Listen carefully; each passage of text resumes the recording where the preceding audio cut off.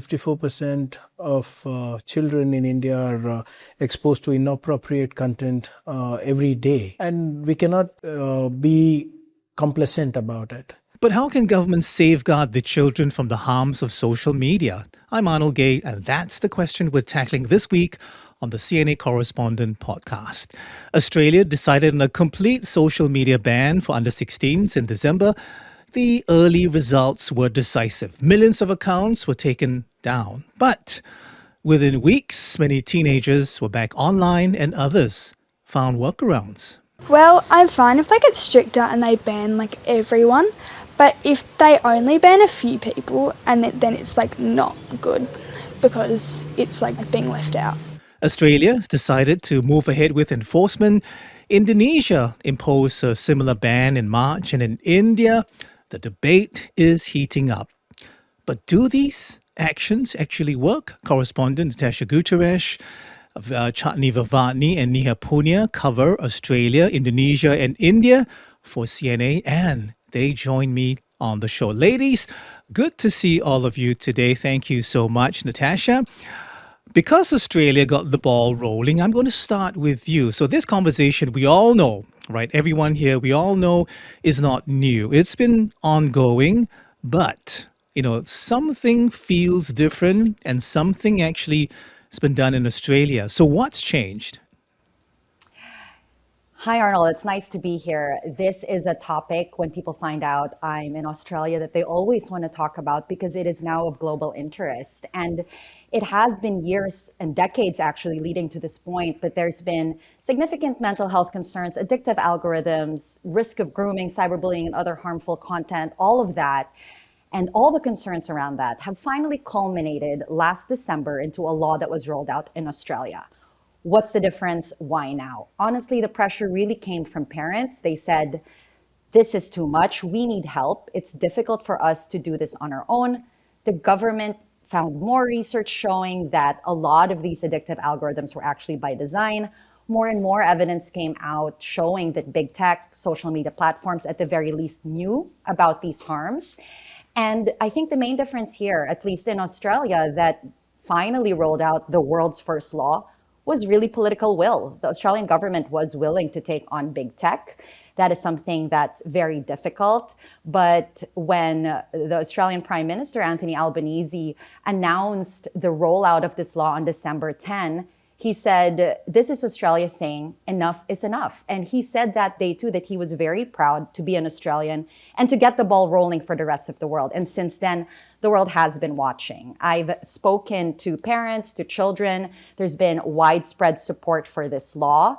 And Danny Alachi, who is actually a father of 5, he heads the Heads Up Alliance, which is a grassroots organization helping support parents who want their kids to be smartphone free. That group was also quite pivotal in pushing for the minimum age limit of the social media ban from 13 to 16. And here's what he had to say about the law. We think that what we've done in Australia has cracked open a chink in the armor of social media that now is just going to get wider and wider and wider, and will be a pivotal moment, I believe, in the history of the relationship between social media companies and children. Now, it's obviously been early days. It's only been 4 months since the rollout of this law, but he says something very important. He thinks that this attitude towards social media, this chink in the armor that this law has exposed, is actually what the immediate impact has already been. It's already been tangible, and he believes that's what's going to be a long-term impact. It's showing the rest of the world that actually there is something parents, governments can do about this, that we can stand up to this tech giants and say, this is not how we want to raise our children, and you need to do something about it. Okay, so the parents are behind it, the government is behind it. The children, I'm guessing 50-50. What about the social media companies? So the social media companies have said they are complying, but that is obviously questionable. You mentioned that there was deletion of accounts. They actually announced in mid-January, the government said that according to social media platforms, they had deleted 4.7 million underage accounts. That number has since come into question because it's since been revealed that a lot of those accounts were duplicate accounts or had already previously been deleted. So that number is now largely seen as inaccurate. You asked about the children. A lot of the teens I talk to are not pro this ban. The government has specifically said, however, that listen, we're not banning you completely. We're just delaying this. We're delaying you from accessing this in the same way we delay you from consuming alcohol. And teenagers will teenage, right? And children will children. And so they've found ways to work around the ban. But I think what's important about this is that the onus has been put on social media platforms. It is them who need to do age verification, who need to at least show reasonable efforts, or else they're at risk of being fined up to 32 million US dollars. Are they complying? This is the big question. So there was a lot of praise for Australia for, again, starting this regulation. But as of March 30th, Australia surprised the world yet again. They're now moving on to enforcement. A lot of parents haven't been happy with the rollout. They think the social media platforms haven't properly complied, that there's more they can do. And now the government again is wanting to act. They are in the middle of an investigation. They're looking at platforms like TikTok, Snapchat, Instagram, YouTube, Facebook to see if they really have complied. And if they haven't, the government said that before the end of the year, they will look to actually enforce this fine, and that is something that we will wait and see. But it is definitely moving, and while it's too early to tell, this is more action against the social media platforms than we've ever seen before. All right, Chani, I noticed you nodding several times along with Niha, as Natasha was talking to us. Let me get to you next, because Indonesia is kind of somewhere in between, where Australia is and where India is. Australia, as we just heard from Natasha, trying to regulate the behavior of social media companies. What is Indonesia's approach? Well, Indonesia, sort of similar, but it's very much worth noting that this is not a blanket social media ban for Indonesia. Rather, if we look at the announcement made by the Minister of Communication and Digital Affairs, now she said that accounts for those under 16 years of age on what she has called high-risk platforms would be deactivated. Now, what this means is that this restriction, or rather these restrictions, are not just confined to social media. However, they're also being extended into certain gaming and networking sites.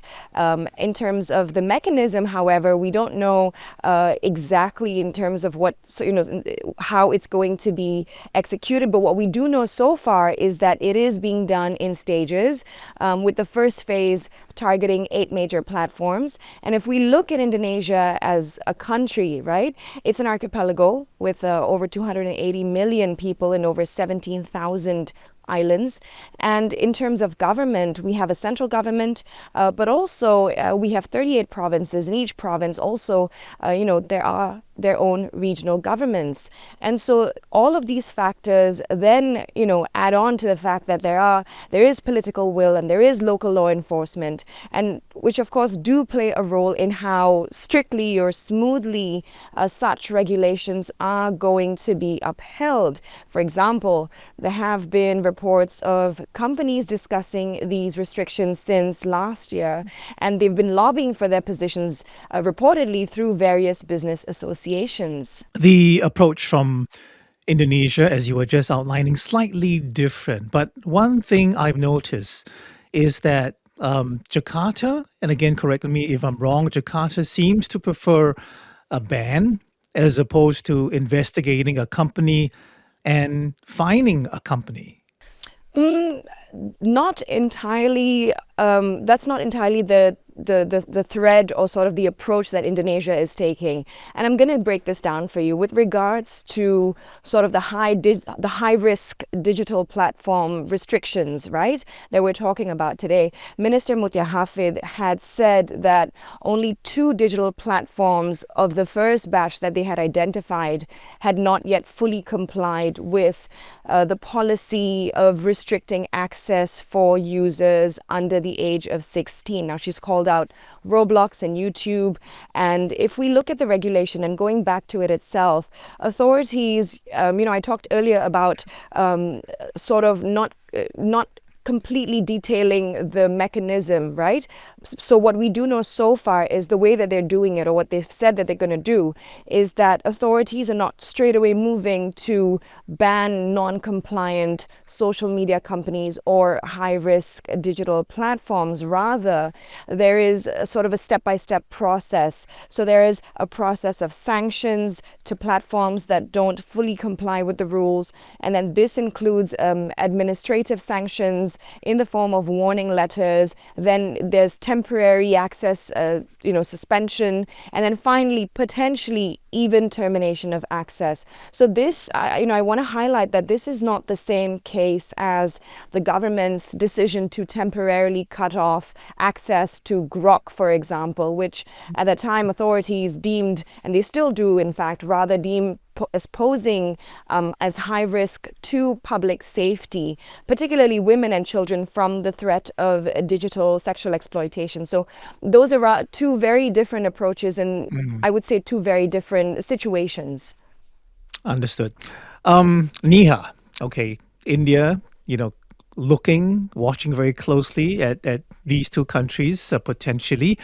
We know there isn't a ban in place at the moment, but we also hear that the conversations are ongoing. Can you take us through what the tone's been like? Do we see any inclination as to which way the government and parents lean at this time?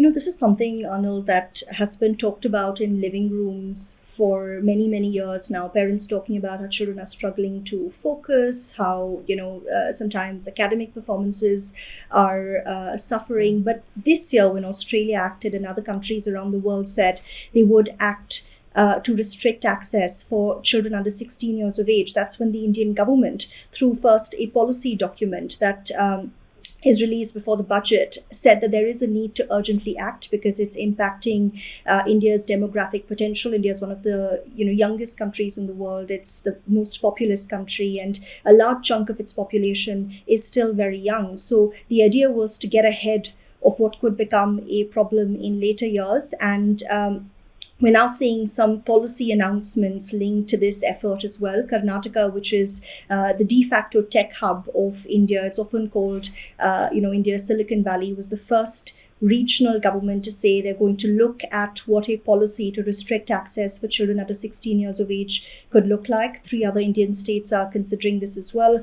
The federal government says it's talking to social media giants, and there's a big reason for that, the fact that they've not gone ahead and announced a ban, say, like Australia has. That's because India is one of the biggest markets for social media companies. It's one of the fastest growing markets for them as well. So the government is keen. It wants to, it says, proceed carefully. It's talking about graded limits potentially, which could restrict access completely for younger children, but have more relaxations in place for older teens. But all of that, of course, is still very much in the realm of policy discussions. Nothing's been formally announced except for in the state of Karnataka, where too they're still talking to parents, they say. And at the heart of this is also the fact that parents do want a policy decision to be announced. A recent study by a UK-based education charity found that 75% of Indian parents polled want their children to have limited access to social media. We've seen impact on mental health. We've seen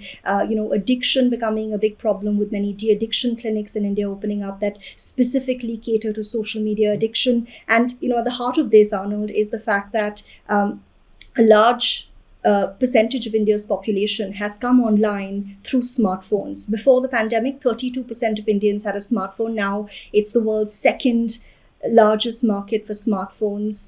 Millions of Indians are online, most of them mostly through their phones. And there was an Ernst & Young study published last year which said that in 2024, 1 trillion hours, that's how many hours Indians spent on their phones. This is mostly watching video content, and it's hard to tell how much of this was by children, because many homes have one smartphone that's shared by adults and the young. So it's really hard to get a sense of how bad the problem is, but there is an agreement across the board, from the government to parents, even some children saying something needs to be done.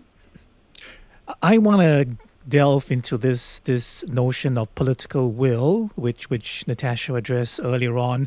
The fact that governments in all 3 countries seem to have found it from somewhere.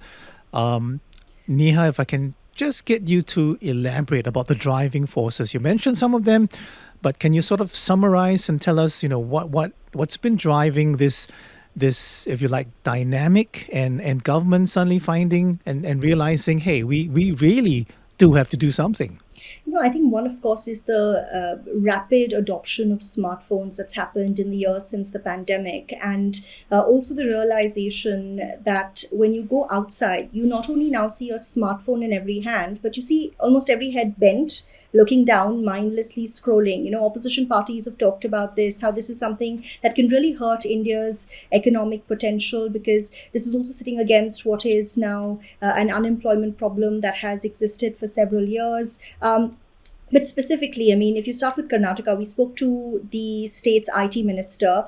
He's the architect behind what will be India's first social media ban. And he said that the state has the highest internet penetration anywhere in the country. And it's so high that the number of cell phone connections actually exceed the population of the state, which means that more than one SIM card, which with access to the internet, belongs to one person. And he told me, he said, we don't want and we cannot allow our children to become zombies. And that's because a bulk of the children in that state, because of the internet penetration, have access to social media. Many of them are on, Facebook, on Instagram, on YouTube, which is one of the most popular, apps for consuming video in India. And they're also conscious of the fact that all of this is happening in a country where digital literacy is low. So the last available government data tells us only about under 40% of the population can constructively engage with the internet. And what this has meant is that parents are handing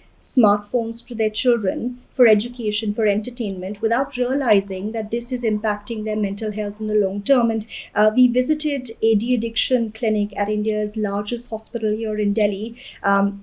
And this is what the doctor running that clinic, Dr. Yatanpal Balhara, told me about what he's seeing every day and the kind of harms, unfettered access can cause to children. You won't encounter a parent who just lets their kids play with sharp objects like knives. But somehow when it comes to digital devices and internet, there is this assumption that it's a very safe thing. It can just be handed over to them and they will learn what to do with it.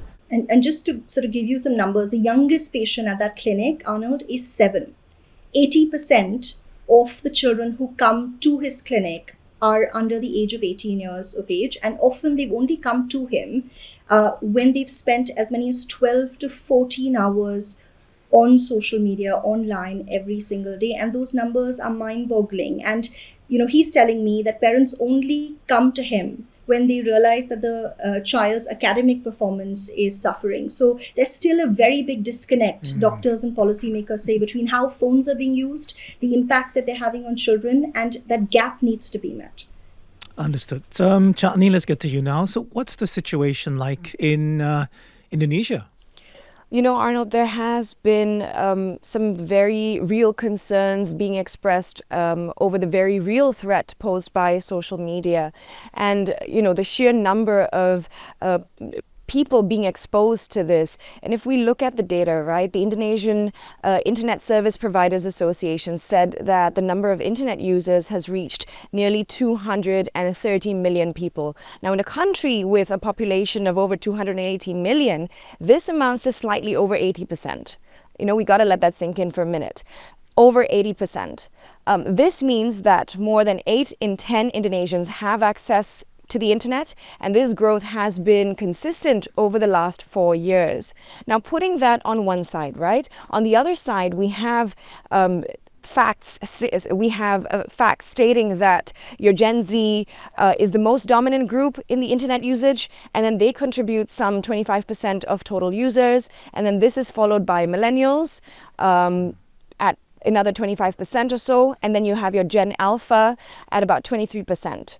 So keeping all of this in mind, right? And I want to go back to what Neha mentioned earlier as well, parents that we spoke to were quite happy with this ban, or rather these restrictions, I should say. Many of them shared with us saying that their children were, and I'm going to quote them, they were saying that their children were always on their phones, or they were always rushing to be on their phones. And in the process of doing so, they were neglecting other elements of daily life, such as interactions, daily interactions with their parents, with their peers, or schoolwork, or even sleep.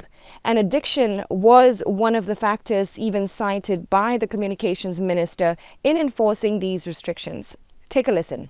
Our children face increasingly real threats, from exposure to pornography, cyberbullying, online fraud, and most importantly, addiction. The government is here to ensure parents are no longer alone in the fight against the giant. That is the algorithm. Now, according to the minister, of the 82 million children under the legal age of 18 in the country, approximately 70 million of them are under 16, and she's also described these risks as a digital emergency. One thing I believe that all three countries, are facing right now is the fact that technology appears to be outpacing everybody every day, right? I mean, you come up with a regulation, a policy, a day later, it's going to be outdated, almost obsolete even. So I want to ask you about AI. How's that being handled in your respective countries? I mean, you have, of course, issues like deepfakes. There's early dependence, too early. There's AI confusion. It's being used to cheat in some cases as well. Natasha, what's the situation? Is that something that's being actively looked into alongside the dangers of social media? Absolutely. And this is actually one of the questions that I posed to an expert that I spoke to, Dr. Timothy Koski of the University of Sydney. And I said, aside from social media, there's now AI and its prevalence and the way it's taking over all of our lives. What is the concern there? And he says that is a bigger concern because it is, as you mentioned, Arnold, moving so much quicker than we can even comprehend. I have friends who work in Anthropic, and even they say that they can't keep up. That's how quickly things are moving. And so there is widespread concern, but I also think that there is an acceptance that we don't actually know what's ahead. And I think that's why there is even more support for bans like the under 16 law. Right now in Australia, nearly 80% of Australians support this social media ban. And I think what experts are looking at now is if we can get this right, it at least signals to global companies that you cannot run amok, that there are now concerns and governments will act even if it is moving very quickly. So I think that is really the importance of this social media ban. It is, many experts believe, years late, but this ban is better than nothing because it sends a very clear message to companies that enough is enough. Neha, can I get you to talk about this a little bit? Is that something that's being looked into, I guess in parallel with social media companies and the harms? Absolutely. I mean, in India, as I was telling you, low digital literacy levels means that sometimes the people engaging with AI content don't necessarily know, they can't tell it apart from, say, content that's been created by an influencer. And that's the worry because, children, many of them who are the first generation to come online in many households, don't have the skills or the literacy needed to engage with that content, which is why, parents, I asked this question too, who said that they were okay with their children having restricted access to social media. I said, what about AI? There was pin drop silence because parents are also contending with the fact that this is technology that is adapting with how it's used by who's using it, and governments are also acknowledging it. The Karnataka IT minister told me that, like what Natasha was saying, the onus very much has to be on the media, on the companies that make this technology, that make it accessible. They need to keep their audiences in mind. You cannot have,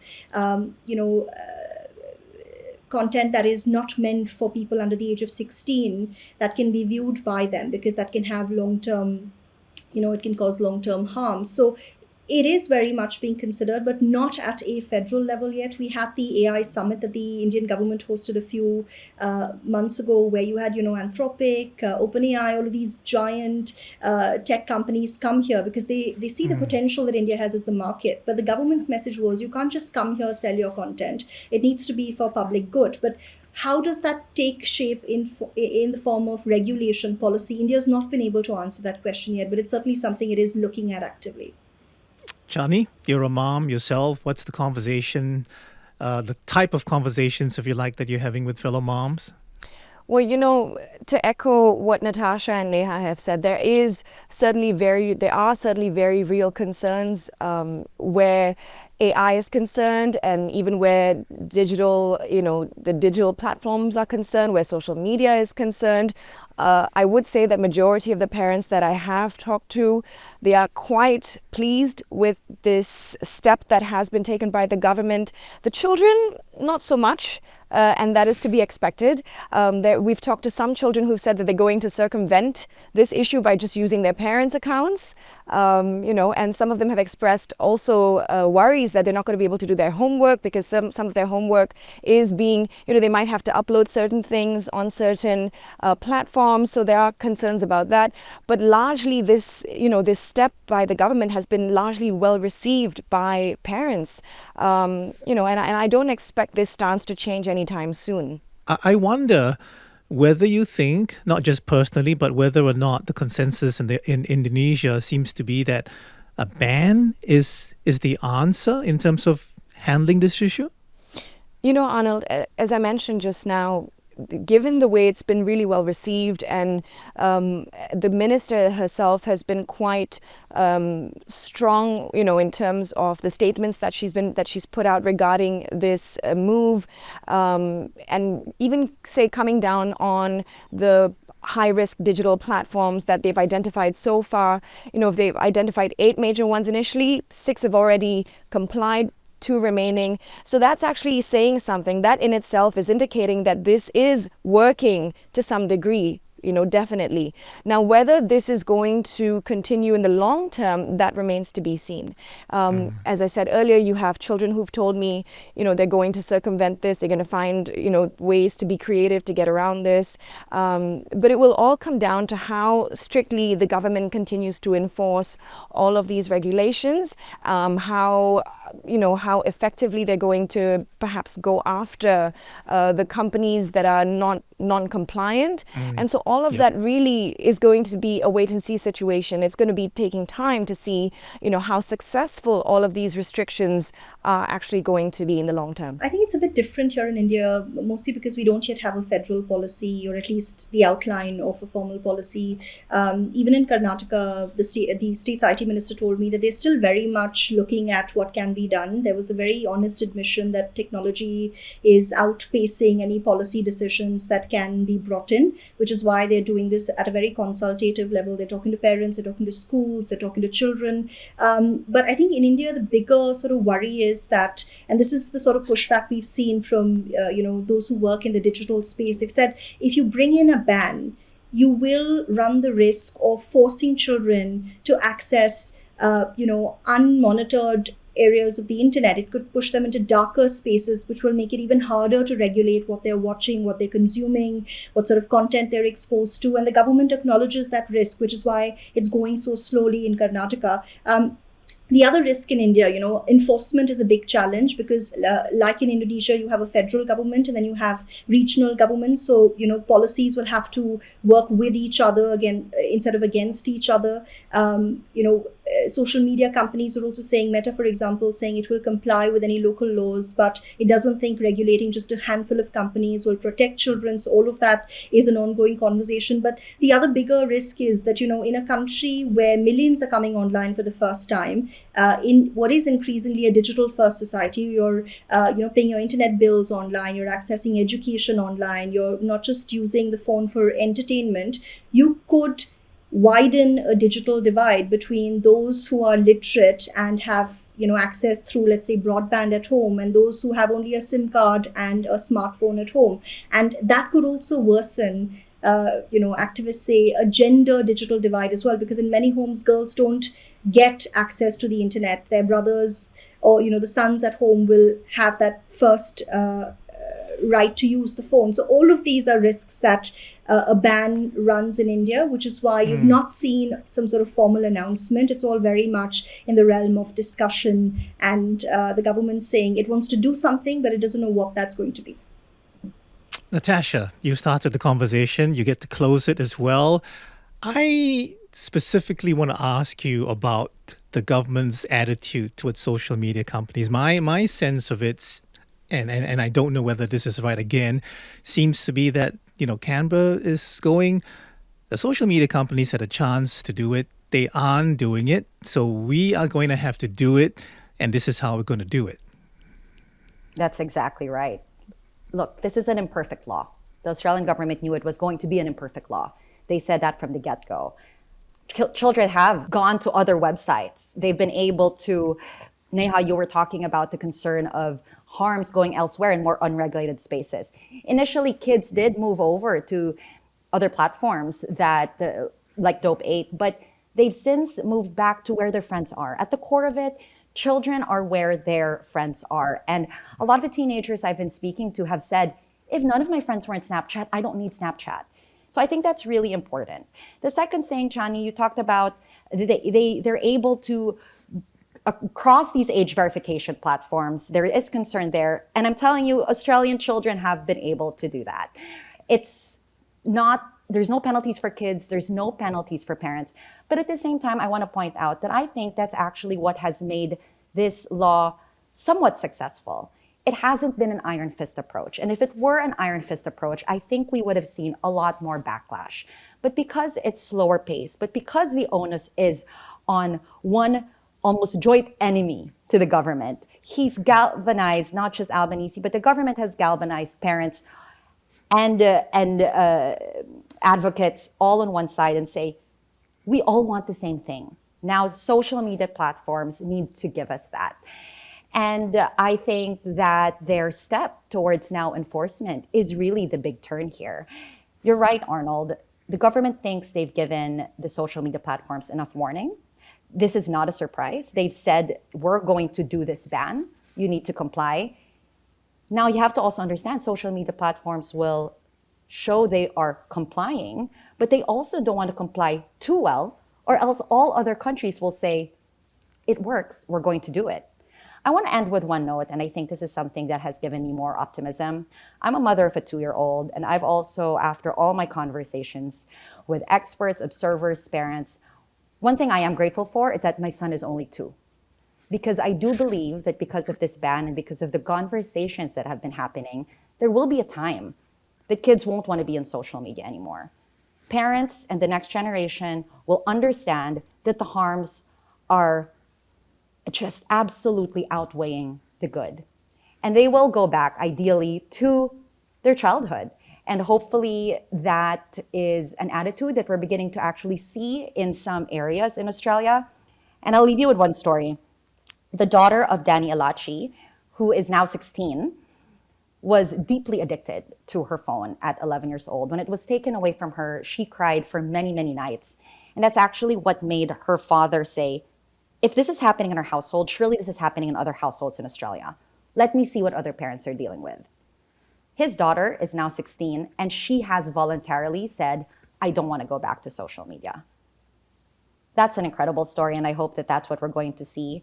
And hopefully the next generation will then realize really what we already know, what research shows, that social media companies, unless they change their algorithms and really actually prioritize children, will suffer because the world will turn their back against these tech giants. Natasha, Chatni, and Neha, thank you very much. I'm Arnold Gay. Thank you as well for watching and listening. This CNA Correspondent podcast was brought to you by Tiffany Ang, Annette Fettelfero, and Craig Dale. See you again next time.